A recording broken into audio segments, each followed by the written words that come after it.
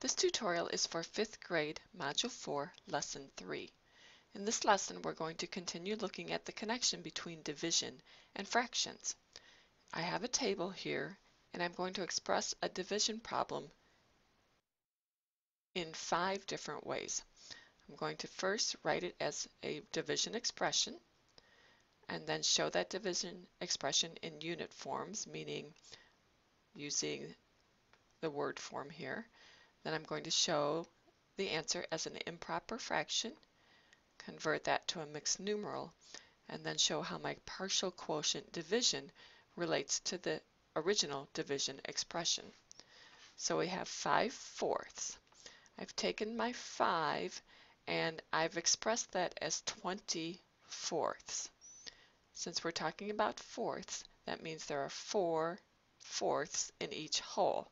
I have 5 wholes, so altogether in 5 wholes I have 20/4. So 5 divided by 4 is the same thing as 20/4 divided by 4. If I take 20/4 and divide it into 4 equal groups, then there will be 5/4 in each group. So here's the quotient, or the answer. In fraction form, it would be 5/4, 5/4. To write this fraction as a mixed numeral, I would ask, how many fourths does it take to make a whole? Well, it takes 4/4 to make one whole, and then I still have 1/4 left over. So 5/4 is the same as 1 1/4. And finally, in my partial quotient format, I would write the dividend on the inside of the bracket. So I have 5 divided by 4. The question I ask myself is, how many groups of 4 can I get out of 5? I can start by taking one group of 4 out of 5, and you can see where I've done the subtraction.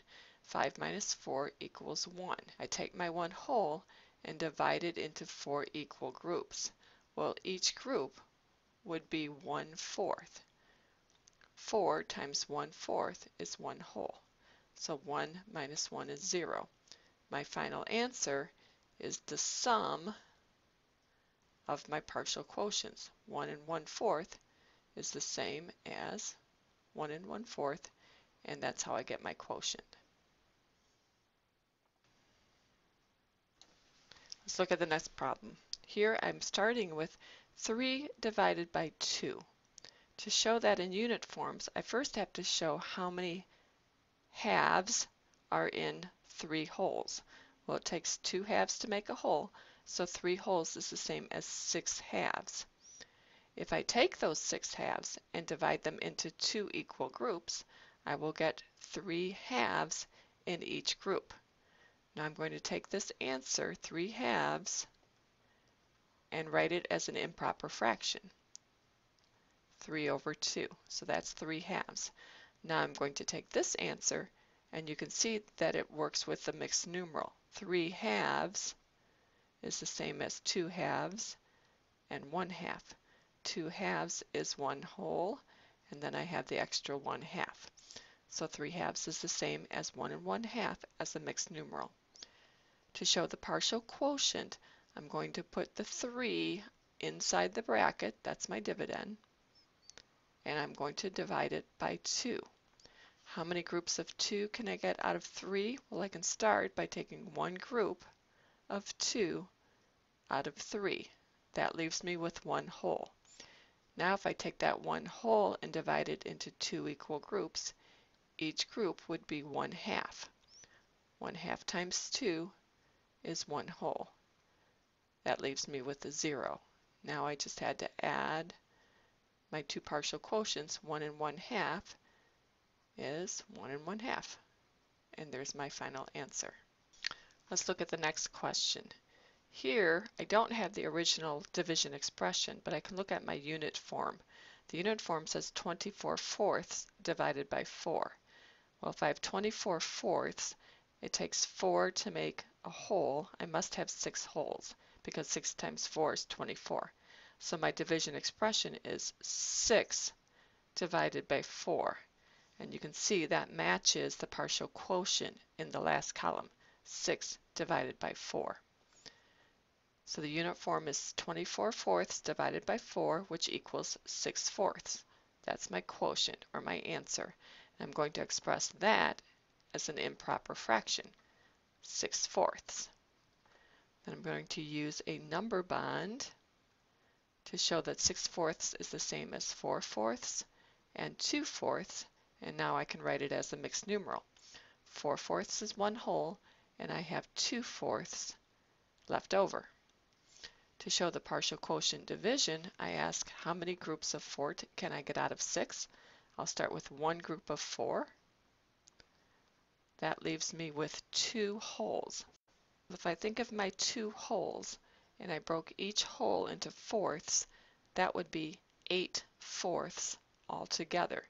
If I divide 8/4 into 4 equal groups, each group would have 2/4, or 1/2. So 2/4 times 4 is 8/4, or 2 wholes, and that leaves me with 0. Add my partial quotients together, and I get a final answer of 1 and 2/4. Let's look at one more example. Here I'm starting with 5 divided by 2. Well, since I'm dividing each of my 5 wholes into 2 pieces, each of those would be halves. 5 wholes is the same thing as 10 halves, and I'm going to divide the 10 halves into 2 equal groups. That means I would end up with 5 halves in each group. So 5 halves is my answer in unit form, and we've seen that in an improper fraction. 5 halves as an improper fraction would be the same thing as 4 halves and 1/2 in a number bond, and that shows how I get 2 and 1/2 as my mixed numeral. Now let's write it in the partial quotient format. So 5 goes inside the bracket because that's the dividend, and I'm going to divide it by 2. Well, I can get 2 groups of 2 out of 5. 2 times 2 is 4. That leaves me with 1 whole. If I take my 1 whole and divide it into 2 equal groups, that would give me 1/2 in each group. 1/2 times 2 is 1 whole. I have 0 left over, and my final answer is 2 and 1/2. Now we're going to take this connection between division and fractions and use it to solve a word problem. The problem says the principal evenly distributes 8 reams of copy paper to 6 fifth grade teachers. How many reams of paper does each fifth grade teacher receive? I'm going to show the solution using both a picture and numbers. I'm going to start by drawing squares to represent the 8 reams of paper. So each square is 1 ream of paper. Well, since I'm going to divide the paper among 6 teachers, I can start by giving 1 ream to each teacher. So this one would go to teacher 1, this would go to teacher 2, teacher 3, teacher 4, teacher 5, and teacher 6. Now I still have 2 reams left over, and I have to divide those among the 6 teachers as well. If I divide each of these reams into 3 pieces, or 1/3 each, I can then divide the thirds up among the 6 teachers as well. So each teacher would get 1 of these thirds. That means altogether each teacher receives 1 and 1/3 reams of paper. To show that in number form, we would start with the whole, meaning our 8 reams, and we'll divide that amongst 6 teachers.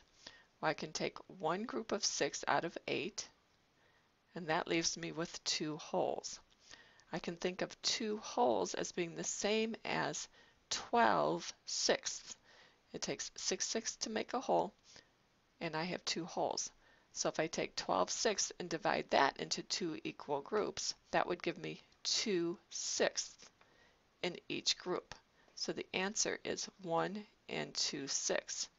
2/6 is the same thing as 1/3. So both answers are equal.